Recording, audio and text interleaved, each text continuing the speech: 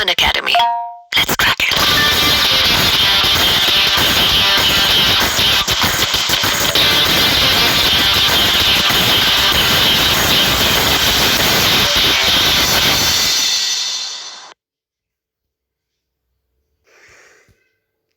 Hi friends, मैं आकांक्षा Sharma GK with आकांक्षा में आपका स्वागत करती हूँ। फ्रेंड्स, आज हम हिंदी के 3 मार्कर पढ़ने वाले हैं। वेरी इंपॉर्टेंट क्वेश्चन है ये, क्योंकि हिंदी में 3 नंबर के प्रश्न पूछे जाते हैं और 3 नंबर के प्रश्न ऐसे रहते हैं जिनका वेटेज बहुत ज़्यादा रहता है। जैसा कि मैं हमेशा अपनी वीडियो में बताती हूँ कि चाहे आप 3 नंबर का चाहे ले हो 15 नंबर का, ये दोनों ऐसे मार्कर के आंसर्स हैं जो आपको मेंस में नंबर दिलाने में, मेंस में रैंक हासिल करने में आपकी सबसे ज़्यादा योगदान देते हैं। तो चलिए स्टार्ट करते हैं। आज हम लगातार 25 प्रश्न 3 मार्कर के पढ़ेंगे। इसके अलावा आप हमारा ये 3 मार्कर की श्रृंखला परचेज भी कर सकते हैं, जिसकी जो आपको 12 फाइलों के रूप में मिलेंगे। 12 फाइलें आपको हर सब्जेक्ट की मिलेंगी और हर सब्जेक्ट में आपको 300 प्लस प्रश्न रहेंगे, जिसमें 3600 प्रश्न रहेंगे और ये 3600 प्रश्न आपकी 3 मार्कर के लिए बहुत हेल्पफुल रहेंगे। साथ में आपको एक 3 मार्कर का ग्रुप भी मिलेगा, जहाँ पे आपको करंट अफेयर्स का कोई भी 3 मार्कर बनता है तो वो एग्ज़ाम तक, नेक्स्ट मेंस तक, मतलब 2021 में जो मेंस होगा 2020 का, उस तक के लिए आपके लिए बहुत लाभदायक रहेंगे। तो आप ये परचेज कर सकते हैं। तो चलिए, पहला क्वेश्चन है, देवनागरी लिपि की विशेषताएं बताइए। तो देवनागरी लिपि की विशेषताएं में क्या है कि ध्वनि एवं लेखन के स्वरूप में निश्चितता। इसमें हम जो ध्वनि आती है या जो हम चीज़ लिखते हैं उसका जो स्वरूप होता है वो निश्चित होता है। मतलब ध्वनि और लेखन के स्वरूप में क्या होती है, निश्चितता होती है। ये पढ़ने में सरल होती है और इसे शीघ्रता से लिखा जा सकता है। देवनागरी लिपि क्या होती है, जब हम इसको पढ़ते हैं तो ये पढ़ने में बहुत सरल होती है और शीघ्रता से इसको हम लिखा जा सकता है। अक्षरों में सुडौलता होती है, इसके जो अक्षर होते हैं उसमें क्या होती है, सुडौलता होती है। तो इस प्रकार से हमने देवनागरी लिपि की विशेषताएं लिखी। अब हम पढ़ेंगे वाच्य के भेद। वाच्य कितने प्रकार के होते हैं। तो वाच्य जो है वो 3 प्रकार के होते हैं। कौन कौन से? एक होता है कर्मवाच्य, एक होता है कर्तवाच्य और एक होता है भाववाच्य। कर्मवाच्य, कर्तवाच्य और भाववाच्य, ये वाच्य के 3 भेद होते हैं। नेक्स्ट है विस्मय सूचक चिन्ह के प्रयोग के 3 उदाहरण। विस्मय सूचक चिन्ह क्या होता है? कभी भी कोई भी चीज़ हमें आश्चर्य होता है और एकदम सडनली हमारे मुंह से निकल जाता है आई या ओ, ये कितना सुहावना मौसम है। या हम किसी को आशीर्वाद देते हैं, अब जैसे कि हम कोई चीज़ रुक के बोलते हैं कि जैसे कि हे भगवान अब क्या होगा। तो इस प्रकार में विस्मय वो सूचक चिन्ह, विस्मय बोधक चिन्ह का प्रयोग किया जाता है। तो हम इसके 3 उदाहरण देख लेंगे। ओ, यह कैसा भयानक दृश्य है, आप यशस्वी हो, हे भगवान अब क्या होगा। नेक्स्ट क्वेश्चन है प्रारूप लेखन। जब किसी पत्र को अंतिम रूप देने के पहले जो कच्चा मसौदा तैयार किया जाता है उसे प्रारूप का मतलब होता है कच्चा माल, कच्चा मसौदा। जैसे कि हमें किसी को कोई लेटर लिखना है तो मतलब पूरे लेटर लिखने की अपेक्षा, मतलब हम परमानेंटली एक ही लेटर लिखने की अपेक्षा पहले हम थोड़ा सा हल्का हल्का तैयार कर लेते हैं कि इसको भेजना है, इस डेट को भेजना है, ये लिखना है। फिर हम उस डाटा को देख के फिर एक लेटर तैयार करते हैं। तो जो हम ये जो कच्चा मसौदा तैयार करते हैं वो प्रारूप लेखन कहलाता है। नेक्स्ट है पर्यायवाची शब्द के प्रकार। पर्यायवाची शब्द के प्रकार 2 होते हैं, एक होता है पूर्ण पर्यायवाची और एक होता है अपूर्ण पर्यायवाची। पर्यायवाची शब्द क्या है? तो एकार्थ बोधक, तुल्यार्थक अथवा समान शब्दों वाले शब्दों को पर्यायवाची बोलते हैं। समानार्थी शब्द भी यही हो जाएगा कि जो एकार्थक बोध मतलब जिसका एक अर्थ होता हो, तुल्यार्थक हो, एक दूसरे से तुलना कर रहे हैं, अथवा समान शब्द हों, वो शब्द क्या कहलाते हैं? पर्यायवाची कहलाते हैं। नेक्स्ट है अर्थ के आधार पर क्रिया विशेषण के क्या भेद होते हैं। देखिए, क्रिया विशेषण क्या होता है, जैसे कि नाम में ही समझ में आ रहा है। क्रिया विशेषण मतलब जो क्रिया की विशेषता बताते हैं वो क्रिया विशेषण कहलाते हैं। क्रिया विशेषण के नाम से ही हमको ये बात समझ में आ रही है कि क्रिया की विशेषता बताने वाला। कितने प्रकार के होते हैं? ये 5 प्रकार के होते हैं। कालवाचक, स्थानवाचक, रीतिवाचक, परिमाणवाचक और गुणवाचक। तो इस प्रकार अर्थ के आधार पर क्रिया विशेषण के कितने भेद हैं? 5 भेद हैं। नेक्स्ट क्वेश्चन है अनिश्चयवाचक सर्वनाम। फ्रेंड्स, आप हमारे हिंदी के नोट्स भी परचेस कर सकते हैं जिसकी सॉफ्ट कॉपी की प्राइस 200 रुपये है और इस 200 रुपये में आपको सभी प्रारूप लेखन मिल जाएंगे। जो भी हिंदी का सिलेबस है पूरा सिलेबस कवर करेगा और हिंदी का एक आपको ग्रुप भी मिल जाएगा। अगर आप 3 मार्कर लेना चाहते हैं तो अलग से आपको 3 मार्कर भी मिल जाएगा और 3 मार्कर जो है आपको 12 फाइलों के रूप में हार्ड कॉपी के रूप में मिलेगा। नेक्स्ट है अनिश्चयवाचक सर्वनाम। जैसे कि नाम से ही समझ में आ रहा है, अनिश्चय मतलब कोई अनिश्चितता नहीं है। तो जिस सर्वनाम से कोई किसी निश्चित वस्तु का बोध ना हो उसे अनिश्चयवाचक सर्वनाम कहते हैं। जैसे कि कोई आया है, अब कोई आया है, कोई किसका हमको पता नहीं है कि कौन आया है, हम निश्चित नहीं है, तो ये इस प्रकार का जो सर्वनाम है वो अनिश्चित सर्वनाम हो जाएगा। नेक्स्ट है द्विकर्मक। द्विकर्मक में भी जैसे कि नाम से ही समझ में आ रहा है, दो कर्मों वाली क्रियाओं को दो द्विकर्मक क्रिया कहते हैं। जैसे कि मैं बच्चों को अंग्रेजी पढ़ाती हूँ, तो मैं बच्चों को और फिर अंग्रेजी, तो यहाँ पे दो कर्म हो रहे हैं, तो यहाँ पे भी द्विकर्मक क्रिया होगी। नेक्स्ट क्वेश्चन है भाषा किसे बोलते हैं। तो जिन ध्वनि चिन्हों द्वारा मनुष्य परस्पर विचार विनिमय करता है उसकी समष्टि को भाषा बोलते हैं। कि ऐसे ध्वनि चिन्ह जिनके द्वारा मनुष्य क्या करता है, एक दूसरे के साथ अपने विचार आदान प्रदान करता है, अपनी भावनाएं एक दूसरे को शेयर करता है, वह समष्टि क्या कहलाती है, भाषा कहलाती है। नेक्स्ट है स्वर संधि के भेद कितने हैं। तो स्वर संधि के भेद कितने हैं, स्वर संधि के भेद 5 है। मतलब स्वर संधि 5 प्रकार की होती है। कौन कौन सी, दीर्घ स्वर संधि, गुण स्वर संधि, अयादि स्वर संधि, वृद्धि स्वर संधि और यन स्वर संधि, ये स्वर संधि के भेद होते हैं। नेक्स्ट है वर्ण किसे कहते हैं। तो वर्ण किसे कहते हैं, वर्ण उस मूल ध्वनि को कहा जाता है जिसका खंड ना हो, मतलब जिसके टुकड़े ना हो सकें, जिसको हम तोड़ ना सकें। जैसे कि आ है, अब आ को हम कहाँ तोड़ेंगे, ई है, ई को हम कहाँ तोड़ेंगे, का है, इनको हम कहाँ तोड़ेंगे।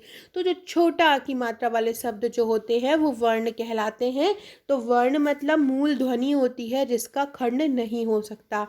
नेक्स्ट है संक्षेपक के गुण। संक्षेपक के गुण, संक्षेपक जो संक्षेपण लिखता है उसके गुण क्या होना चाहिए, उसका जो लिखने में उसमें पूर्णता होनी चाहिए, संक्षिप्तता होना चाहिए, उसके जो लेखन कार्य में क्रमबद्धता होना चाहिए, भाषा की सरलता होना चाहिए, मतलब भाषा सरल होना चाहिए, भाषा में प्रवाह होना चाहिए, भाषा में स्पष्टता होना चाहिए। तो ये एक संक्षेपक के गुण होते हैं। नेक्स्ट है तत्पुरुष समास के भेद। तो कर्म तत्पुरुष कर्णच्छेद होते हैं तत्पुरुष समास के भेद। कौन कौन से, कर जैसे आपने पढ़ा होगा कारक के भेद, कर्ता ने कर्म को कर्ण से, है ना, इस प्रकार के ही तत्सम समास के भेद है। कर्म तत्पुरुष, करण तत्पुरुष, अपादान तत्पुरुष, अधिकरण तत्पुरुष, संबंध तत्पुरुष, संप्रदाय तत्पुरुष, ये तत्पुरुष समास के भेद हैं। नेक्स्ट है पुरुषवाचक सर्वनाम के भेद। पुरुषवाचक सर्वनाम के भेद कौन से हैं, 3 प्रकार के होते हैं, प्रथम पुरुष, मध्यम पुरुष और उत्तम पुरुष। प्रथम पुरुष को ही हम अन्य पुरुष बोलते हैं। अगर आपको ये नहीं पता है क्या होता है तो मैं आपको समझा देती हूँ। 3 लोग जब आपस में बात करते हैं तो जो बात कहता है वो उत्तम पुरुष बोलता है, जो खुद को मैं के लिए संबोधन करेगा, मैं बोल रहा हूँ, है ना, तो जो बात कहता है वो उत्तम पुरुष कहलाता है। जो बात सुनता है वो मध्यम पुरुष कहलाता है और जिसके विषय में बात की जाती है वह अन्य पुरुष या प्रथम पुरुष कहलाता है। नेक्स्ट है पर्यायवत शब्द युग्म। पर्यायवत मतलब क्या होता है, पर्यायवाची, है ना, जो मतलब पर्याय हैं एक दूसरे के, ऐसे शब्द जो सामान्य रूप से समानार्थी होते हैं लेकिन भाषा के वैज्ञानिक प्रयोग की दृष्टि से इनमें सूक्ष्म अंतर होता है। देखो लगभग अर्थ इनका सेम होता है लेकिन अगर हम भाषा की देखें तो वो भाषा अलग अलग हो जाती है दोनों को बोलने में या लिखने में, तो वो पर्यायवत शब्द युग्म कहलाते हैं। जैसे पाप और अपराध, पाप भी एक ही है और अपराध भी एक ही है, अर्थ दोनों में सेम आ रहा है लेकिन इनका जो जिनको हम लिख रहे हैं तो वो हम अलग तरीके से लिख रहे हैं, तो वो पर्यायवत शब्द युग्म कहलाता है। नेक्स्ट समास किसे कहते हैं। तो जब 2 या 2 से अधिक शब्द परस्पर निकट आकर एक पद बनाते हैं, जब 2 या 2 से अधिक शब्द आपस में मिलते हैं और वो एक पद बनाते हैं तो इस क्रिया को समास कहते हैं। समास के कारण ही भाषा में कसावट आती है। समास के कारण भाषा कैसी हो जाती, कसी हुई लगती है, सुंदरता आती है। नेक्स्ट है क्रिया के भेद। तो क्रिया के रचना की दृष्टि से क्रिया के दो भेद हैं, एक है सकर्मक क्रिया और एक अकर्मक क्रिया। सकर्मक क्रिया क्या होती है? जहाँ पे कर्म की आवश्यकता होती है, और अकर्मक क्रिया वो होती है जहाँ पे कर्म की आवश्यकता नहीं होती। नेक्स्ट है बहुवीर्य समास के लक्षण। तो जिस समस्त पद में कोई पद प्रधान नहीं होता, पूरा कोई पद है जिसमें कोई एक पद प्रधान नहीं होता, दोनों पद मिलकर किसी तीसरे पद की ओर संकेत करते हैं, वो क्या कहलाते हैं? बहुवीर्य समास कहलाता है। जैसे कि नीलकंठ। नीलकंठ मतलब नीला है कंठ जिसका, तो हम जब जानते हैं महादेव हैं जिनका कंठ नीला है। नेक्स्ट क्वेश्चन है संयुक्त वाक्य और मिश्र वाक्य में अंतर क्या है? तो जिस वाक्य में एक साधारण वाक्य के अतिरिक्त उसके अधीन कोई दूसरा अंग वाक्य होता है उसे मिश्र वाक्य कहते हैं, जबकि जिस वाक्य में साधारण और मिश्र वाक्यों का मेल संयोजक अवयवों द्वारा होता है उसे संयुक्त वाक्य कहते हैं। संयोजक अवयवों द्वारा, जैसे कि जो लग गया है ना, इस प्रकार के अवयवों द्वारा होता है तो उसे संयुक्त वाक्य कहते हैं। नेक्स्ट कारक किसे कहते हैं? तो संज्ञा या सर्वनाम के जिस रूप से उनका क्रिया से संबंध सूचित हो, मतलब क्रिया से संबंधित कोई सूचना देता हो, तो उसे हम कारक कहते हैं। उपसर्ग किसे कहते हैं? उपसर्ग उस शब्दांश को कहते हैं जो किसी शब्द के पहले आकर उसका विशेष अर्थ प्रकट करते हैं, जैसे कि सुस्वागतम। तो यहाँ पे उपसर्ग जो है सु आ गया है, सुस्वागतम बन गया है, तो एक कोई भी शब्द का स्वागतम हो रहा है तो सुस्वागतम एक नया अर्थ हो गया है। तो फ्रेंड्स ये थे हमारे आज के क्वेश्चन। इसके जो आगे के क्वेश्चन है वो हम नेक्स्ट वीडियो में पढ़ेंगे। फ्रेंड्स ये मेरा पूरा पैकेज है मेंस का, प्रीलिम्स का, सॉल्व पेपर का और 3 मार्कर का। इस प्रकार की 3 मार्कर की 12 फाइल आपको मिल जाएंगी। जो आप अभी पढ़ रहे थे वो इस हिंदी की 3 मार्कर में से पढ़ रहे थे। ये आपके घर में कुरियर सहित इसका चार्ज 1500 रुपये है, तो 1500 रुपये में ये आपके घर पे पहुँचेंगी। तो आप इसको मंगा सकते हैं अगर आप मंगाना चाहते हैं। ये पूरा पैकेज है, इसमें मेंस के नोट्स हैं, ये प्रीलिम्स के हैं, ये सॉल्व पेपर है। तो प्रीलिम्स के नोट्स में हर नोट्स के पीछे आपको वस्तुनिष्ठ प्रश्न दिया गया है। ये प्रीलिम्स का पैकेज है ताकि आप प्रैक्टिस क्वेश्चन भी कर सकें और टॉपिक भी सॉल्व कर सकें। इसके अलावा फ्रेंड्स एक और ज़रूरी सूचना मैं आपको देना चाहती हूँ। अनअकैडमी आपके लिए प्लस सब्सक्रिप्शन लेके आया है। इसमें आप कोई भी अनअकैडमी पर कोर्स ज्वाइन कर सकते हैं, जिसके लिए अगर आप मेरा कोड यूज़ करते हैं तो आपको 10% का डिस्काउंट मिलेगा। मेरा कोड है आकांक्षा.GK। तो आप अगर ये कोड यूज़ करते हैं तो आपको 10% का डिस्काउंट मिलता है। 1 मंथ का सब्सक्रिप्शन जैसे कि 1600 रुपये का आता है, तो आप अगर मेरा कोड यूज़ करते हैं तो ये आपको 1440 में पड़ता है। इसी प्रकार से आप 3 मंथ का 6 मंथ का कोर्स ज्वाइन कर सकते हैं। ये कुछ कोर्सेज़ हैं नवंबर माह में होने वाले, जिसमें कि MPSI का है, मेंस का है, प्रीलिम्स का है, पुलिस कांस्टेबल का है। तो आप यहाँ पे जाके ज्वाइन कर सकते हैं। 25 नवंबर तक का कोर्स है। इसके अलावा फ्रेंड्स वर्चस्व पत्रिका जो है वो नवंबर मंथ की भी आ गई है। ये करंट अफेयर की मैगजीन है, बहुत ही इंपॉर्टेंट पत्रिका है जिसमें पूरा 1 मंथ का करंट अफेयर कवर रहता है। आप अगर इसको डाउनलोड करना चाहते हैं तो आप मेरे डिस्क्रिप्शन बॉक्स में जाइएगा। वीडियो के नीचे आपको डिस्क्रिप्शन बॉक्स में मेरा एक व्हाट्सएप ग्रुप मिलेगा, वहाँ पर आप व्हाट्सएप ग्रुप में ज्वाइन हो सकते हैं, जहाँ से आपको मेरे वीडियो के अपडेट मिलते रहेंगे, इंपॉर्टेंट PDF मिलता रहेगा। और वहीं पर आपको नीचे आपको अनअकैडमी का ये वर्चस्व का डिस्क्रिप्शन लिंक मिल जाएगा, जहाँ से आप इस पत्रिका को डाउनलोड कर सकते हैं। ये प्रैक्टिस क्वेश्चन की सीरीज़ है, इसमें हज़ारों प्रश्नों का बैंक है, इससे आप हज़ारों प्रश्न सॉल्व कर सकते हैं।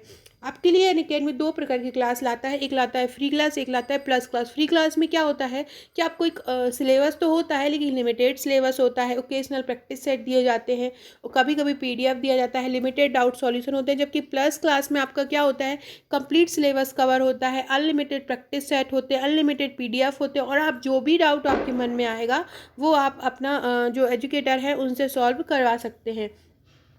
आप यहाँ पे फ्री लाइव टेस्ट देख सकते हैं। फ्री लाइव टेस्ट देख के आपके पास अपना एक स्कोर कार्ड आ जाएगा, आप वहाँ से चेक कर सकते हैं कि आपके मार्क्स कितने आए हैं। मतलब आप अपनी पढ़ाई को जज कर सकते हैं और आपके कंपैरिजन में और जितने भी स्टूडेंट्स हैं उनके मार्क्स कितने हैं, तो ये सब आप पता कर सकते हैं। इस प्रकार की कुछ क्लास आएगी आपके लिए, जहाँ से आप ये ऑप्शन देख सकते हैं, PDF डाउनलोड कर सकते हैं। जो भी वीडियो आप पढ़ रहे हैं उसकी PDF आपके पास आ जाएगी, तो आप वो PDF डाउनलोड कर सकते हैं। और अगर आप अनअकैडमी पे नए हैं और आपको नहीं पता कैसे डाउनलोड करना है, तो आप प्ले स्टोर में जाइएगा, अनअकैडमी लर्नर ऐप डाउनलोड कीजिएगा, वहाँ से अपने मोबाइल नंबर से लॉगिन कीजिएगा। मोबाइल नंबर से लॉगिन करने के बाद आप जो भी कोर्स सिलेक्ट करना चाहते हैं वो सिलेक्ट कर सकते हैं और आप अनअकैडमी पे भारत के टॉप एजुकेटर से पढ़ सकते हैं। सो फ्रेंड्स, वीडियो अच्छा लगा हो तो लाइक शेयर ज़रूर कीजिएगा और आप हमारे डिस्क्रिप्शन बॉक्स पे व्हाट्सएप ग्रुप और टेलीग्राम ग्रुप से जुड़ सकते हैं। नीचे कुछ इंस्टा मोजो की लिंक भी दी गई है, आप अगर नोट्स इंस्टा मोजो के थ्रू लेना चाहते हैं तो आप ले सकते हैं, अदरवाइज़ आप मुझे व्हाट्सएप करके भी ले सकते हैं। Okay friends, thank you.